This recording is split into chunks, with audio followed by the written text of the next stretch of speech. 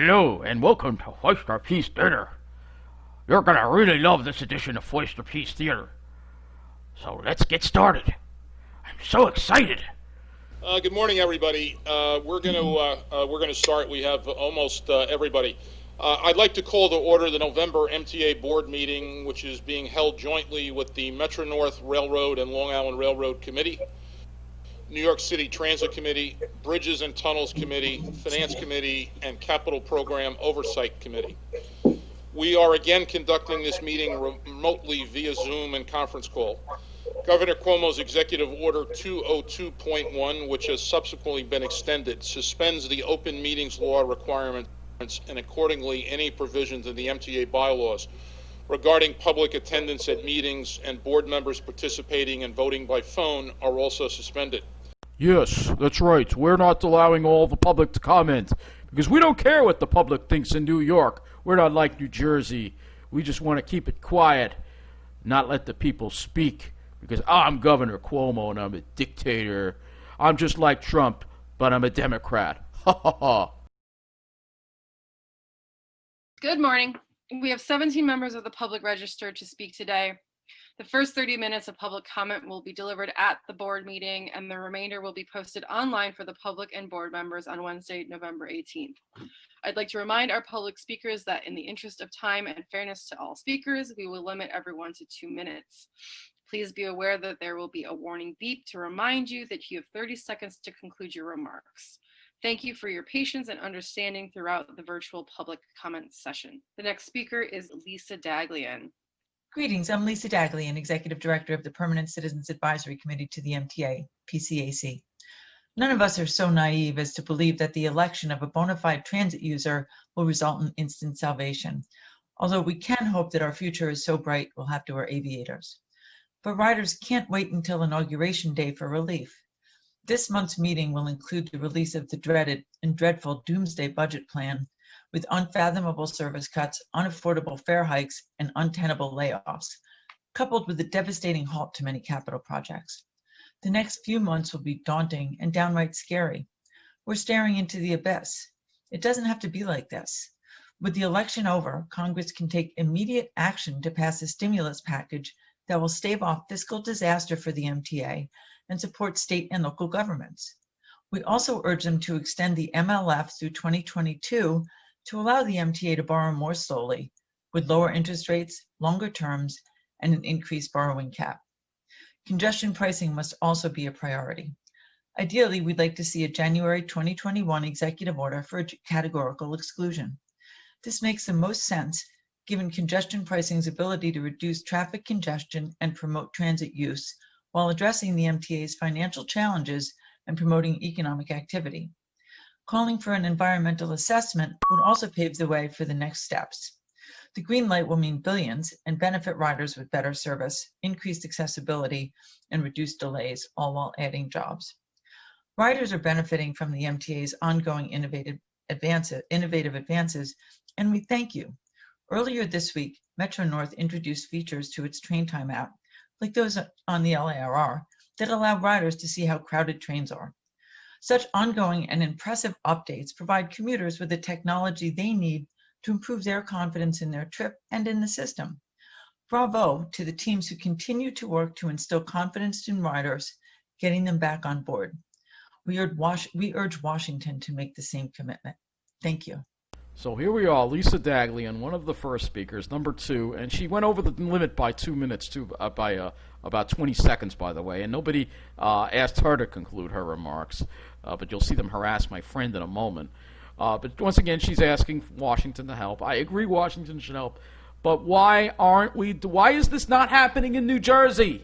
Why is New Jersey Transit not going through with these cuts and fare hikes? Why? Because the state of New Jersey cares about everybody. All right, but in New York, we don't want to do what's necessary to support transit as essential services by making sure that transit is funded by raising gas taxes and taxes on a certain demographic, mainly the millionaires. They don't want to do that because again, it shows you in New York it's all about a certain demographic, and that's why Lisa Daglian doesn't bring this up because she doesn't care. She doesn't care. She is with them. She is with this certain demographic. She doesn't care.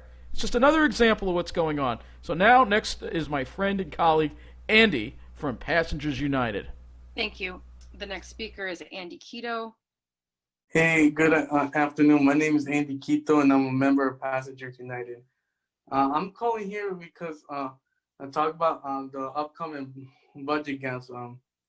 Ever since we haven't heard anything from the state or the federal government or a plan to bail us out, which is going to affect many riders here in New York and in Connecticut. You know, it's Metro North territory because of lack of funding, but we need to save our mass transit. You know, it's the lifeblood of New York State, and nobody's helping us. It's just completely unacceptable. And we're gonna now we're gonna get into the situation that happened last night on the Long Island Railroad in Metro North, because there was a storm last night and service was suspended for over an hour on the Long Island Railroad Metro North with no shuttle buses.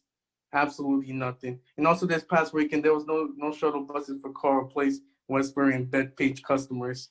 Why? Because you guys don't care about those areas. You just don't care.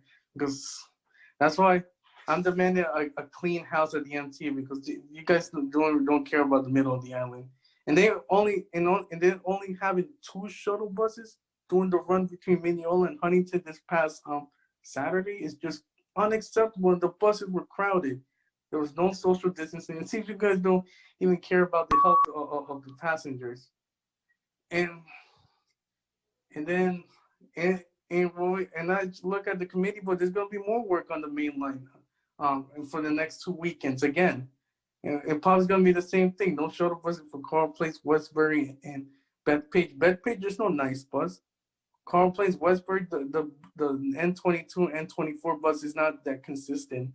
It's not. And then what happens if you travel overnight? You're completely stranded. That's all I got to say. Please, just change the plan. Thank you. So did you see that? You see how she cut my colleague Andy Q off? But when Lisa Daglian goes over, nothing happens. That's favoritism right there, and that's discrimination. They're probably doing that because he's Hispanic. All right. I mean, listen to that, and that the moderator. She has such a snobby voice. It's just so obvious what this MTA board is all about. It's all about a certain demographic. But let's continue hearing my colleagues speak. And then we're going to get to Charlton, who was not heard because he didn't make the first 30 minutes. The next speaker is Jason Anthony. Greetings, MTA board, Jason Anthony from Passengers United. This month, I'm calling for the resignation of Patrick Joseph Foye and Sarah Feinberg. Why I'm doing this? Because I had enough of their inaction throughout these months. Sarah, we know that you have a Twitter account.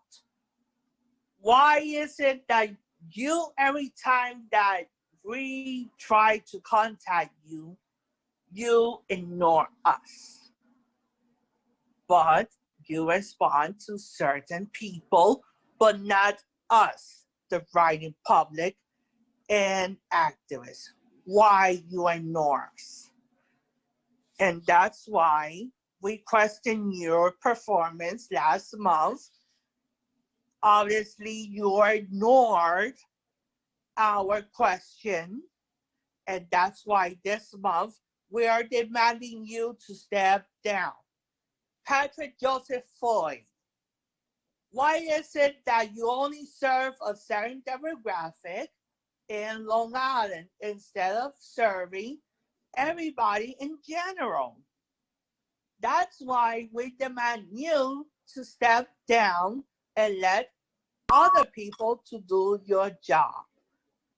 So that's all I have to say. Thank you. Yes, thank you, Jason, for speaking about Sarah Feinberg. She needs to resign as well. So obvious the demographic she's gearing to, so obvious. She's only caring about a certain demographic. I thought her background at FRA would help, but it goes to show you she was put there to protect a certain demographic, and everybody else just suffers. And we've seen the subway have a lot of problems, particularly the areas that are in Queens, on the Queens Boulevard line. A lot of problems on the subway, unacceptable. But again, she's only looking out for her friends in Park Slope. Next speaker is Rachel Fauss.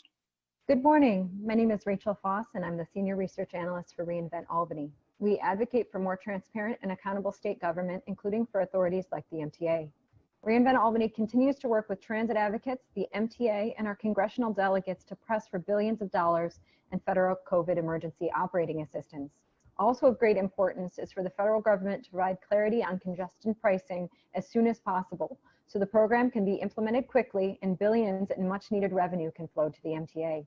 Congestion pricing remains as important as ever for the future of the MTA and the New York City region. Unfortunately, no one knows exactly when and how much the MTA will get from the federal government, but the MTA does know roughly when it will run out of operating funds. We believe the MTA board, which has a fiduciary duty to the MTA and under law essentially owns the authority, should tell the public when cuts could become necessary. It must be more transparent about how the MTA plans to deal with its massive operating deficit. We hope this week's board presentation includes multiple scenarios for closing the MTA budget gap, including full emergency aid, partial emergency aid, and borrowing from the Federal Reserve's Municipal Liquidity Facility, or MLF program. For all of these scenarios, the public deserves to know exactly when the drop-dead date for service cuts and fare hikes would be, and exactly when the board will need to vote on any changes. We emphasize that the board should have a say in any mid-year adjustments to the MTA budget, with public votes on any changes to service and/or fares. The public stakes for service cuts and fare hikes are huge given the hit that New York City has already taken to its economy, and the board, as fiduciaries of the MTA, should have a vote on any mid-year changes. Regarding the Federal Reserve's Municipal Liquidity, or MLF program, we thank Senator Schumer for asking the Fed to extend the program beyond 2020. A longer borrowing window would help the MTA borrow as needed rather than the maximum $2.9 billion this year. The board authorization being put forward today would allow for incremental borrowing should the MLF be extended. We ask the MTA to work with Senator Schumer to make this change happen and further improve the program with lower rates, 5-year bond terms, and an increased cap. The MLF is not a substitute for direct emergency aid, but can support the MTA with a low-interest bridge loan as it weathers this crisis. We would also like to remind the board that a short-term loan from the Fed cannot be an excuse for the governor to not provide dedicated funds. These must flow without any withholdings and not subject to 20% across-the-board cuts. Thank you for your consideration. Once again, another speaker talking about the need for federal funding, and I understand that, but you do realize that we can raise the gas tax. You do realize we could raise taxes on millionaires like they've done in New Jersey. So why haven't you brought that up in your speech, lady? Why? Because once again, she doesn't want to offend a certain demographic who wouldn't like those things. You know, I mean, you can't make this stuff up. The next speaker is Norbert Geese. Good morning. My name is Norbert Geese, and I'm a Cures board member. You heard last month that Cures and elected officials opposed a permit submitted to the DEC for Omni Brentwood rail transfer. This is an example of waste by rail expanding off of Long Island. Did you know that in 2024, the Brookhaven landfill is closing? Plans are being made to export all the waste by rail. Winter Brothers, a Long Island waste contractor, is planning to open a new waste to rail facility in Brookhaven. What does that mean to an already overburdened rail system in our area, the 10-acre Fresh Pond Yard? I can tell you that these two facilities will bring 4,300 tons a day of extra trash. That's 10,000 more carloads a year shipped in communities that go through Queens. More waste by rail means more diesel pollution for more than 1 million residents of Nassau, Suffolk, and Queens who live within a kilometer of existing and planned waste by rail facilities. As you have heard Cures say before, the locomotives used by your rail freight concessionaire, the New York and Atlantic Railway, are high polluting 1970s vintage locomotives. There are still $14 million in the state appropriations that the Long Island Railroad received to repower these antiquated locomotives. That's enough money to upgrade 7 old MP15s to Tier 4 emission standards. like other railroads have done, you have the power to take 95% of New York and Atlantic's current locomotive pollution, greenhouse gases, out of New York's air supply forever. A cost-efficient Tier 4 switcher locomotive repower project is needed now, not a gold-plated RFP for a brand new misapplied line haulers. Please use the money in Controller's Contract number DR 36644 now to issue an RFP to repower MP15s for New York and Atlantic to use. Thank you. Yes, the waste trains again. And somebody else brought this up. I'm glad. Thank you, sir, for speaking about this. I'm not happy about this at all. As you know, there's plans to just have tons of waste trains going down the middle of the island on the main line. And it's going to smell. It could cause more derailments. I understand there's an issue with Brookhaven landfill closing, but why aren't you building a waste-to-energy site on that, on the site of that Brookhaven landfill instead of taking all the trash and hauling it through the middle of the island? We all know what this is about. It's just another way of ruining the middle of the island. Let's put a waste transfer station, and this is not going to be very far from Edgewood Preserve at all, so I can get to smell garbage when I go hiking in Edgewood Preserve. I mean, this is unacceptable. They are ruining the middle of the island, and we are fighting against this. We are fighting against this. Thank you, sir, for speaking. No, I do agree the locomotives should be repowered, but you know what? We got to say no to these waste trains. No garbage trains. We're not going to let it happen. Because if it happens, the middle of the island will be a dump. Our next speaker is Andy Pollack. Good morning, Chairman Foye, members of the board. Two things we're going to discuss today. First of all, this past week, I was named Regional Bus Director for Passengers United. My first action today is to discuss the situation with the busing along the main line. This past weekend, I was made aware of a situation where there was no busing between Hicksville and Farmingdale. One customer was even told to use Uber just to get to Farmingdale this weekend at Mineola. That is not acceptable. Plus, also, somebody else told me they were in Westbury this weekend and they saw two overcrowded buses on Old Country Road. There are 37 buses at the Queens Village Bus Depot, Motor Coach D4 500s that should be used on the weekend to help accommodate these passengers who pay their fares to not even get train service. That is completely unacceptable and that needs to change. And the second point I'm going to bring up is the budget. Today is November 18th. This is the most anticipated budget we will be getting in our lifetimes. Bob Varan has two possibilities today he can announce. There's one budget that will be if we don't get the stimulus. The second budget is if we do get the stimulus. One thing's for sure, I do not want to wait long for a bus or a subway, or the fact that I may have to wait longer to get an eastbound train from Hicksville or Limerick off-peak morning. I do not want to face that reality. So I am anticipating the budget, Bob, and I will look forward to hearing from you later this morning. Until then, have a happy Thanksgiving, and I will see you all in December. And that is Andy P. from Andy's Randomness, and great speech again. It is unacceptable. They have coach buses sitting in the city that they could use, but they just don't want to use them. They want to leave people stranded on purpose. But thanks for speaking. Thanks for talking about this. As far as the budget goes, we'll find out. But again, as I said before, why isn't this happening in New Jersey? Because New Jersey cares about transit. New Jersey wouldn't let this happen to transit. New Jersey would never let it reach the stage. But we all know it's going to be difficult for you to get around. It's going to be impossible for me to get around. And it's just going to make it more likely that I'm going to be forced to live in New Jersey.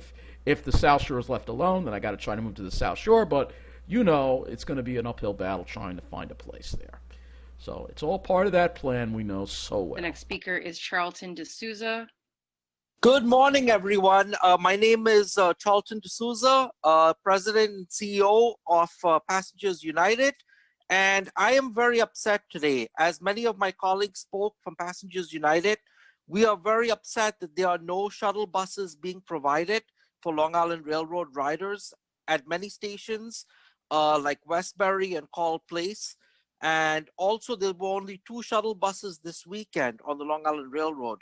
However, for New York City Transit and MT Bus Company in Queens and throughout the 5 boroughs, overnight, many buses are missing. There's no drivers to fill the runs, and guess what? The trips are not going out. So now people overnight between 1 a.m. and 5 a.m. are being left stranded, and they're being left to the mercy of the cabs. That is wrong, and it's wrong because the MTA is not posting which bus and which run is being canceled. And this information should be posted an hour so that, passengers traveling overnight know what's happening. I was a poll worker on election day. I had to take 3 buses to my poll site, 3 buses. And you know what? All the stores, restaurants, they were giving away free things to people on election day. Everyone except the MTA. Shame on you guys, okay? And as far as I'm concerned with Pat Foye, he needs to resign. The time has come for Pat Foye to resign. We've had very bad and poor communication with him. He doesn't respond to us. Neither does Sarah Feinberg. She's the president of New York City Transit. We're an advocacy group. And I'm noticing that there's a lot of favoritism towards certain advocacy groups out there, and it's not right. It's not right towards us. We're paying passengers who rides the system every day, and we deserve to be treated with respect. As far as the PCAC is concerned, there needs to be a better job done by the PCAC. Please summarize your remarks. We just feel that there needs to be a better organization of the MTA that's geared towards passenger support and passenger assistance. Thank you so much. And I'll see you guys next month. Well said, Charlton. Well said. But unfortunately, his speech did not make the meeting because it didn't make the first 30 minutes. He got bumped, and I think they bumped some people for politics. I think they're playing favorites. I don't think it's first come, first serve what's going on. I really don't. And again, this law that the governor passed, they didn't do this in New Jersey. Why are we doing that here? What's another 7 extra minutes for them to listen to comments? It's their job to sit there and listen to everybody's comments. That's the least they can do. But they won't even do that because they don't care about us. They don't care about us. It's all about a certain demographic. It's all about trying to purge us out. Our quality of life continues to get worse in the middle of the island.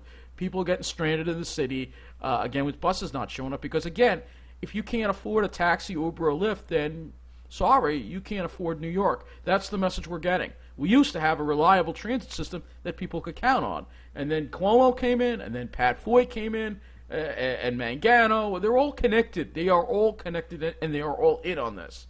Mangano was still waiting for him to get convicted. But we know Cuomo's in on the whole thing. We know Pat Foye's in on the whole thing. They're criminals. But they're only looking out for Wall Street. Cuomo is, like I said, one of the worst governors this state has ever had. I'll stand by that. He did catch the pandemic early, but he still made some major mistakes with it. But for transit, if we take all sides, Cuomo is the worst governor this state has ever seen for transit. Ever. All right? We've seen so much transit cut, and it's just going to continue to get worse because the governor refuses to do what New Jersey's done. The state assembly and the state senate don't want to pass laws raising the gas tax and taxes on millionaires because they're looking out for a certain demographic. And people say, well, the Democrats are all in charge in New York. Why isn't this happening? People got to understand it's not just a Democrat and Republican, all right? In New York, the Democratic Party is run by Wall Street. It's so obvious. That's all they care about. In New Jersey, they care about everybody, all right? But that's the plan. They want to force us to live in New Jersey. This is all part of the plan, the plan that I'm just so freaking irate over. I can't even think about this plan. I don't want to live in New Jersey, all right? But what happens when they take away all my transportation? How am I supposed to get around anymore? I'm on a limited income. I can't afford taxis, Ubers, and Lyfts. All right, what happens when I'm already starting to get stranded? The trains are so unreliable. What happens when these cuts happen? What happens when the Suffolk County cuts happen? What happens then? I can't get to the Pine Barrens, or if the main line, let's say the main line doesn't even run on the weekends. But guess who gets left alone? I bet the South Shore will have most of their service. And then I'll have to fight to move on to the South Shore. But you know what's going to happen. I would have to fight my agency, and then I'd have to fight trying to get a place because most places they just don't want to rent to people in programs down there. And you have that, and then the fact that the rents are too high. That's how they keep you out. That's how they keep you out. Yet the very people who need to live in places like Lynbrook or Rockville Center are denied that. We need places that are safe with good, reliable transportation. But we're kept out of those places, you know? And this is all part of the plan. Well, sorry, you're going to have to go live in New Jersey. You're going to have to take that bus one last time and go to New Jersey and stay there. That's what these people want. They want to force us out. That's why this is war. That's why this is war. I'm fighting for my survival. We're all fighting for our survival. The poor, the middle class, the minorities, the disabled, the seniors. We're fighting for our survival in New York. We are being forced out. And when are we going to rise up and fight against this? Thanks, Charlton. Thanks to everybody at Passengers United for speaking up about this. The fight continues. But it's very hard. It's very hard, and it hurts a lot. And every time I think about the plan, I get sick, and I cry, because the plan is a real heartbreaker. But these people who run the MTA, they don't have a heart. They don't have a heart. They're heartless. They're no different. They're all of the same kind of people. The same kind of people that love Trump. You know, Cuomo and Trump are probably friends behind the scenes. They're just like each other. They are just like each other. That's it. Take care, and thank you for watching.